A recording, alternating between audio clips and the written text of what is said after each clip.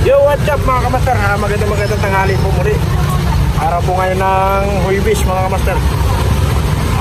Galing kami ng Binondo mga kamaster. Bumili ng motherboard ng aming TV. Ito na yung part 2 mga kamaster. Ayan o.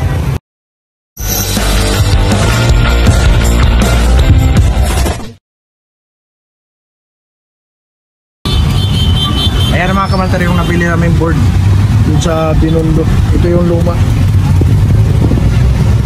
Ayan. Kakabit na. Matuloy na rin yung kanta. Saan niya sa ating kurtun? Ha? Wire niya. Ay, oo nga pala ano. Lang, tawag ka lang. Tawag.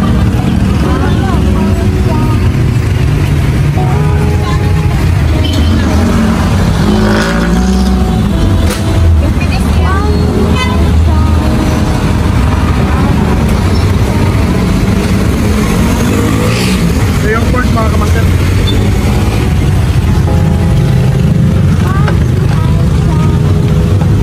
Gusto man ito. Oh, bago daw yan.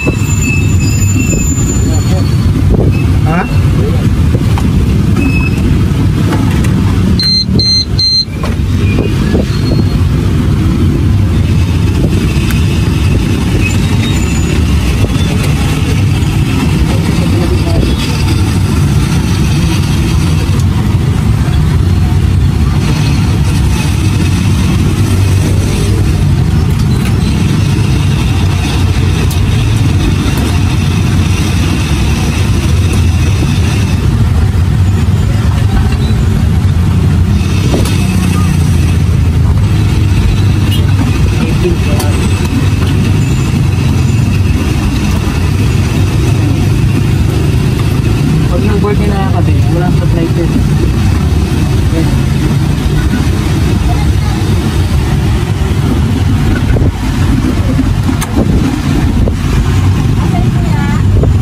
Okay, ganun din yung problema ng board yung boss. Ha? Di ba tinesting to? Hindi tinesting.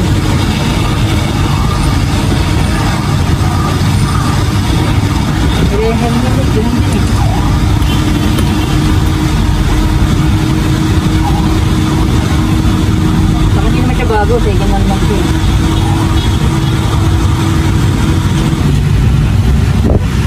Kaya sa akin, ayun. Ayun.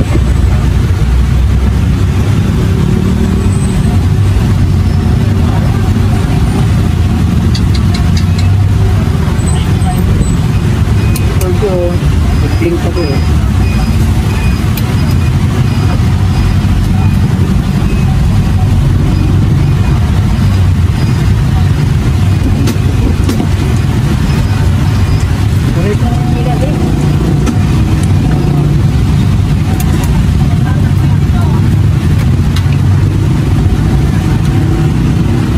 Mag-blink pa yun sa'yo, walang blink eh. Yun eh, tama lang pula. Pero ayaw yung generation. Ito kasi totally walang pula. Hindi siya magbe-blink.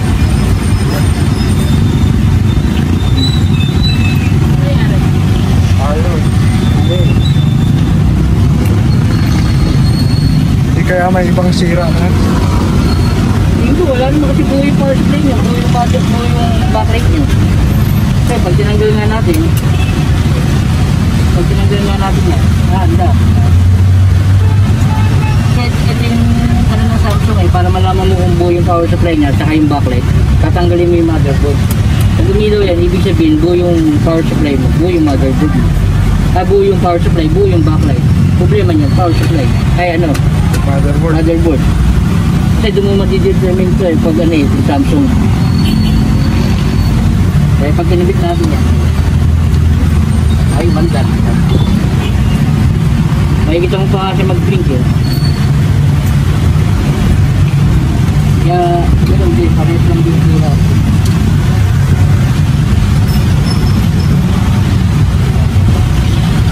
Dapat siya na-under din. Pag pindot natin, under dapat.